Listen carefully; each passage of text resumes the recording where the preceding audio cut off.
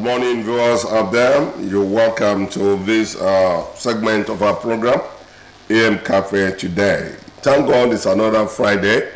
And today on the program, we want to look at something very, very important. Of recent, because of the Naira redesign policy, so many people have resorted to transacting online. And this resulted into some other things. Like in some cases, we learned that it has led to fraud. So many people are creating accounts for unsuspecting customers to do this and some other things. At the end of the day, they will be caught in the web. So recently, CBN came up and said, we have realized that so many customers of our commercial banks do not have bank verification number. And because of this, the CBN, the federal government, is taking a step to close down an account or any account or all the accounts that has no BVN. I hope your bank has, you have a BVN number. And these are things that we want to look at this morning. And we have our financial expert in the studio. It's Mr. David Wotikpe. Mr. Wotikpe, you're welcome into our studio this morning. Good morning. Thank you for having me. You're welcome. Thank you. The place where I'm going to start is, there are some instances where the owner of the account has died and the family, they are still collecting information on their parents' properties. And possibly such an account had stayed for 10, 15 years. Because instances are banned that families may not agree instantly. So, in that case, if you don't say because this account that belongs to Mr. B does not have a BVA and you want to close it down, who owns the money? Or why are people, after all this long notice, because I remember it was during the reign of Dr. Goodluck Ebele Jonathan that were asked to go and have a BVN number. Yeah.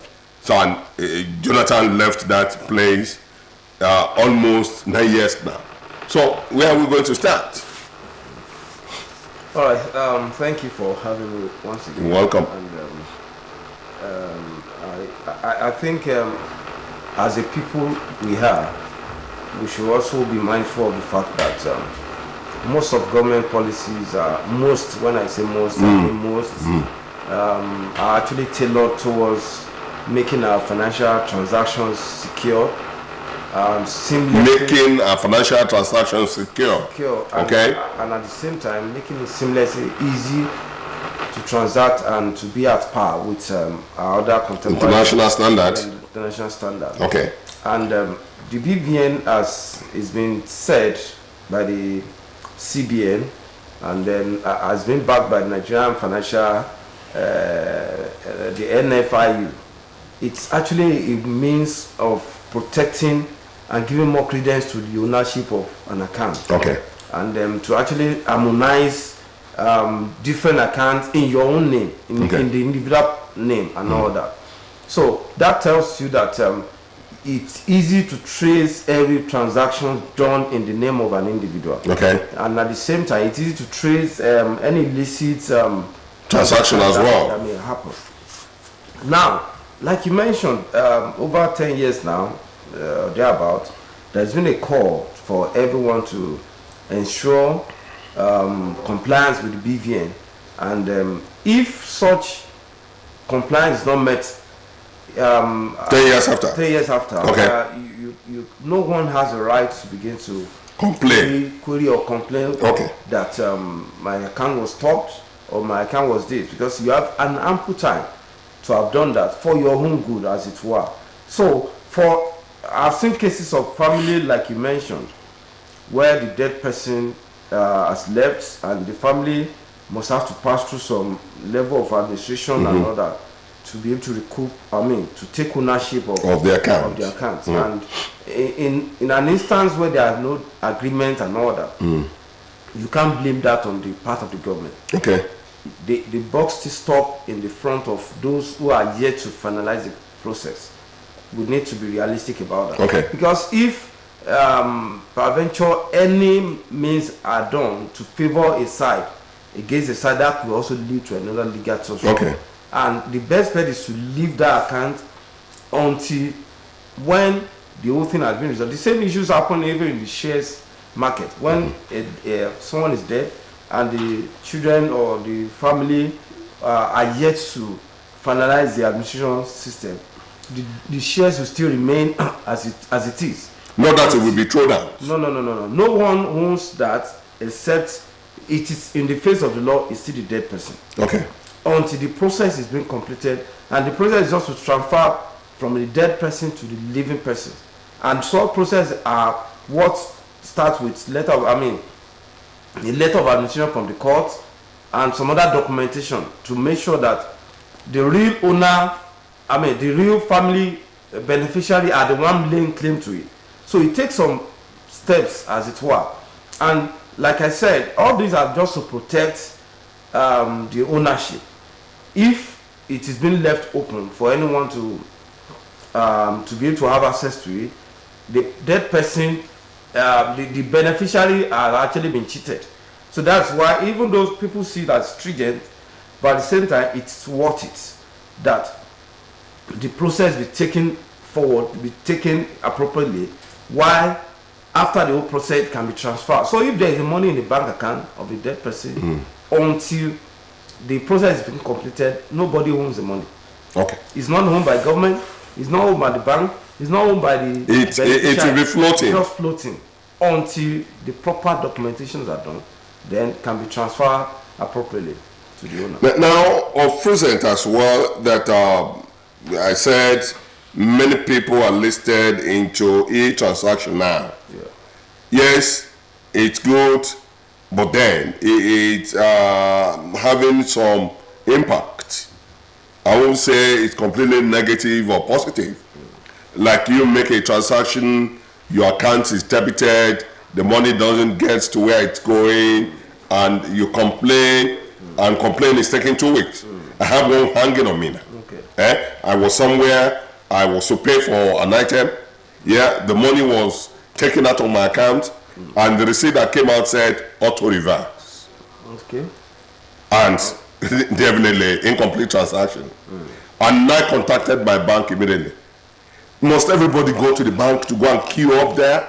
Okay. Now I've sent more than 5 mails. They have acknowledged and they send the code that other time when you want to talk to us on this matter, copy this code. And that I've done 2-3 times. Up till now, nothing has been done. What is the problem like this? Must I go to the bank to go and queue up? Where when you get to a bank today, I passed through a bank frontage this morning, calculating 1, 2, 3. There are more than hundreds. I don't have the time. All right. It's unfortunate the system will imbalance. Let me put it that way. It's imbalanced. Yes, the system balance in the sense that the technology day is one of the best things that happens to us. Okay.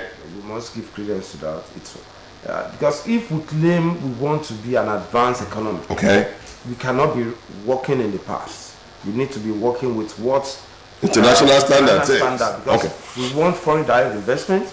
We want global players to come to Nigeria to do transactions. Okay. And what makes them to want to come is when they see the same system that works in their environment working here. Okay. And since the introduction of the electronic banking, we've seen a lot of advantages. However, the disadvantages we are having now, for me, we should have moved past this level. Okay. And that is why we've actually been calling for an expansion to the infrastructure of most of these financial institutions. As at now, they should an expansion to their infrastructure. Absolutely. Okay. Now, if your infrastructure can actually accommodate 5 million customers on bank transfer and all that, and as we are moving towards a cashless policy, no bank should be operating less than 10 million as it was. So you have to double if you have the capacity for 5 million, yes, you shouldn't have less than 10. That should be okay. That should be. When that is done, absolutely to be able to accommodate more any complaint, any issues, okay. and all that.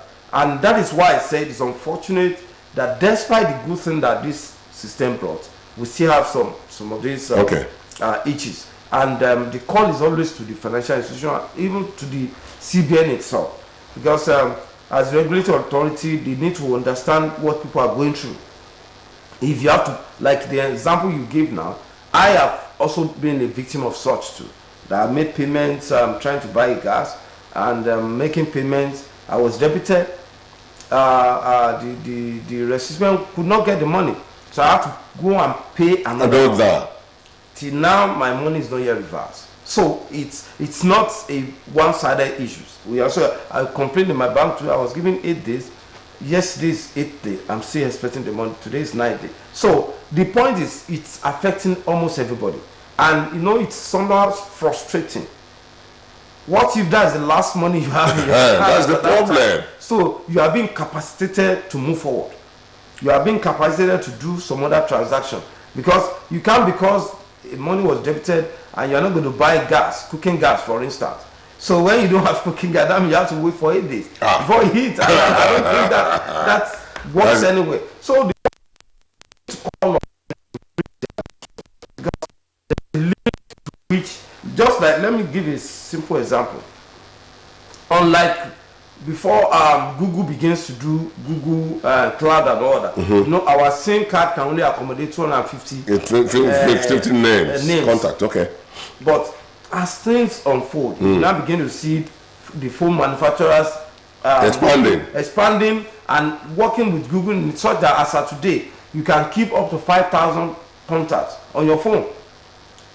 That is an expansion of the infrastructure, so that you not be boxed to a corner that, after this SIM is full, you need to go and buy another SIM. I remember everybody carrying a small diary like this. When you have your contacts filled up, you start writing them out. It's frustrating to have that happen, and I think we need to keep on calling on the financial institution, and you media also has a lot to do. We are doing it. That's what we are doing here this morning. To ensure that they sit up, increase their infrastructure to accommodate more transactions. The fact remains that since the time the CBN government came up with the old note and the note, we all saw what happened, what we all went through to get internet transactions. Since that inception, that moment, there should have been an increase in the bandwidth of the infrastructure of all the banks. Okay. And I think that is what we should be expecting, so that we will not be having multiple unsuccessful transactions. So I think that's very important. Okay, that's a good one there. Let's look at this online banking system as well. Because of the recent development, we start hearing so many names that is online transaction platform. And this online transaction, if I have any problem without any prejudice, let me mention the name of a bank. With UBA for an example, with Senate for an example, I can easily stand up and say, hey, I'm going to meet some officers at these banks. But there are these online banking platforms that have no building anywhere. And how much trust can we put in these people? How much trust can we put in this platform before I put my money there? When people say, pay to my OPay, I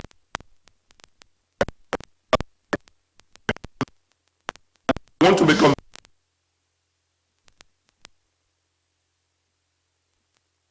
I said, we're going to show that transmission on some of these platforms. You see, so where are we? like someone jokingly said that where do we put our trust? And someone jokingly said, when you are doing such, you put your trust in God. You put your trust in God. You put your trust in God. However, like I mentioned the other time, we tried all we could to be in line with the global best practices. Okay. The online banking or mobile money platforms are not new in many of these countries. they are one of the good things that could happen to us, and if well utilized, it's one of it ease banking transaction. 1, 2, it increases the nets of the unbanked to make them to be bankable. Okay. You know, it's easier for people to now begin to save rather than spending hours in the banking. Or you can easily do it on your phone, make payment, receive money, and all that, which is what you actually go to do in conventional bank. Yes. It's a very laudable and wonderful thing. However, you know, as a people, it takes us time before we trust. It takes us time before we trust. Yeah. And my advice has always been that you don't trust when you have not tested. Okay. So there tested and trusted. There must be a tested period. Okay. If you are transacting in millions and you are putting such million in an online building that you did not see a physical building, you know that could be that you are much more exposed to this. Okay. So it will have, for me, personal opinion, just put some little money that you can easily use. Overlook.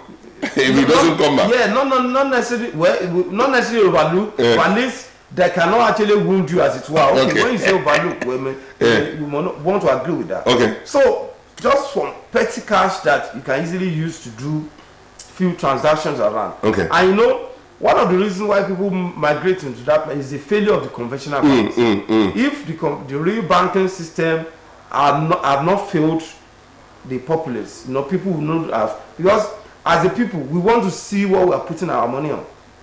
But on this case, we are not seeing it, but we still choose to put there because we can't be boxed to the corner when we want to make transactions. And that's why you see people doing all this mobile money platform and all that. And the good thing is the CBN actually approved many of this mobile money organization. However, we must do our homework to be sure which of them the CBN, and that's why the information is very key to whoever. You don't just hear that, oh, they are using BB online, whatever, they are using AA, they are using, well, this is what people use now. And you just go don't just follow multitude. You need to do your findings and all that. And meanwhile, some of these organizations have their head office in Lagos. Okay. Unfortunately, no physical office in some states, but they have their offices, their physical head office, where they do the online transaction and all that, where they get it done. So, but they have not spread as it should, and their nature is not as if to spread as it were, because you are not taking any form there. You are not submitting, if you want to get loan, because people use them for loan, you are not submitting any physical document. They do the loan application on the app. You submit, you accept their terms and conditions, they credit your account. One other thing I want to say about them is this. So the point is that it's a must for everybody to be careful to look at the limits you can go per transaction, and to look at the limit with which, if it happens, you will not collapse. Let me use this as an example. My brother here, for an example, if he contacted any of these platforms that we're talking about for a soft loan, and is given, so many people do not pay back as arranged, and what they do is, I want to believe they look into his contacts, and maybe one of those contact that calls or receives call from him regularly, they will not pick his picture, they will not send it to that person. I said, oh, Mr. C, please help us tell Mr. A that the money he took from us is still hanging. Tell him to repay, otherwise, when I received so the first time, I said, what's my business about this? I didn't sign a guarantor form for anybody. Why are you not telling me to tell him to pay back? You see, and when I told one of those, I said, Ayo, I received something. No. Somebody said you borrowed money and you did not pay back, and he was asking me to tell you this. And the man said, don't sleep there. I said, go and settle, or you tell them not to contact me. And I send a mail to them that if care is not taken, I will report you to security operatives. Don't send this kind of message to me again. So what about that? It's unfortunate. We need to be factual about it. It's unfortunate that the element of trust you are talking of, see what plays out in this case. Before the organization allows to give you loan, they must have told you part of their agreement is that we want to have access to your phone contacts. Part of the agreement is that you are to pay back this money so time. Part of the agreement is that we have the right to contact your relative. It has always been. It's just that people don't read to the last don't read, and that's why they say terms and conditions apply. What are the terms and conditions? You just go to the last line. You just agree and go. And in those terms and conditions, they don't read. They don't bother. Just say, oh, that give me this money. Leave terms, leave conditions. Let's all them fighting. Give me the money that I need, and that's where people fall victim. Okay. So the for me,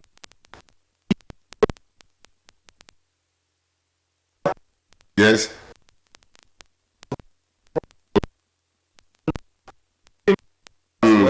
And the one you are paying me, I must also have a get something. So there's no how I borrow you money and you choose to ignore me and you expect me not to take further legal routes to get my money back. It's not going to work.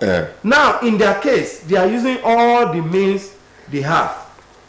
The best bet for them is to have access to BVN. You know, one of the advantage of BVN is that if you are holding bank A, if BVN is BVN, Bank B will never be able to give you loan.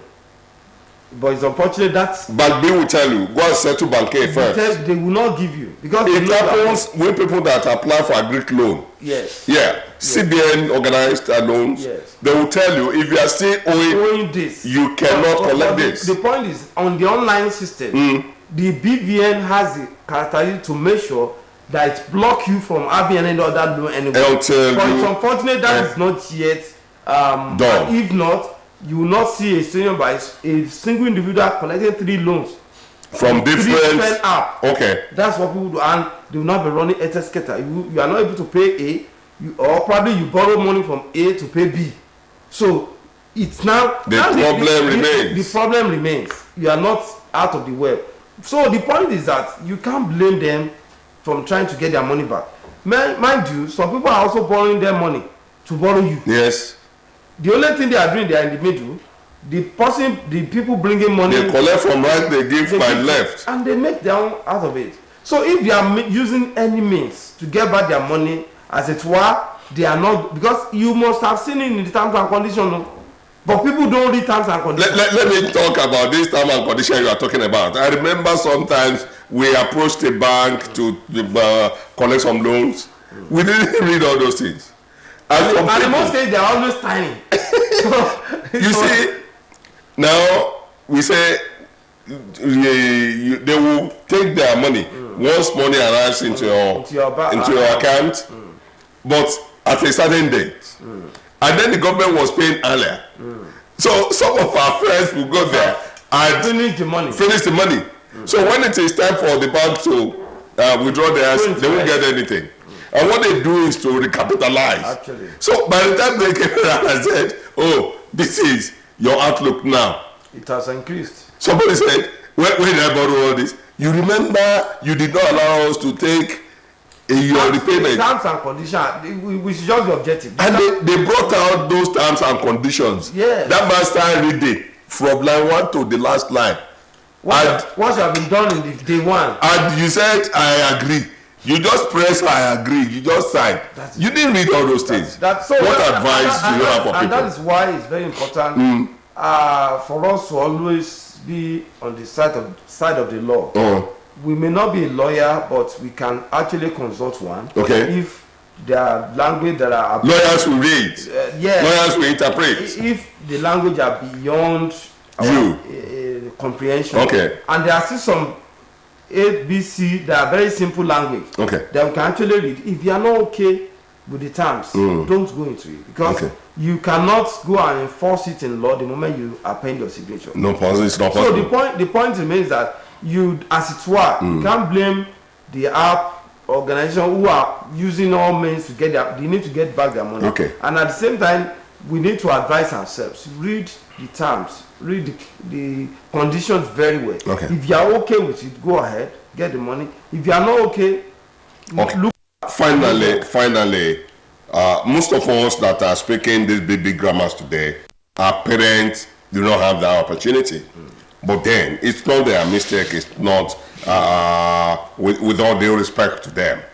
Then, we that they have trained, yes. I think we need to go back home to go and train some of these old mamas, old papas, that certain things are in operation now, that they don't get involved in certain things like this. Absolutely. Because somebody will say, they asked for our account number, and they said we should sign a form, and I signed, and I thumb-printed. And at the end of the day, Papa is having some thousands on his account, and he's saying, when did I borrow this, and some other things like that.